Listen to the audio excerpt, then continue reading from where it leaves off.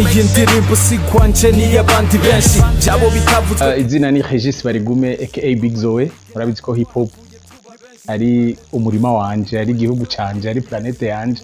Rero nazo ko muri uno mwaka hazoza projet nyinshi za hip hop, biba kujyana kuri beat, biba kujyanye n'ama team duradukorera hamwe, ku ndirimbo zitandukanye abantu bagiye barabona.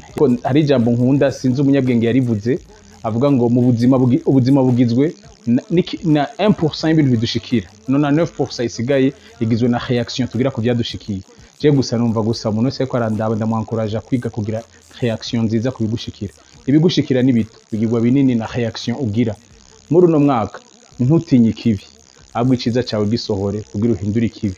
Abafise ama virus ubandukiza amagara meza, abafise ubwo bubandukize kurinda, abafise gukekeranya ubandukize kwizera, abafise kwihebura ubandukize boldness no kubahuka. Hama umwaka uzogenda neza canke uzogenda neza cyane. Ni ya pasteur yatwaye umugore adakunda ngo bamweretswe, ico gihe yari chance kuko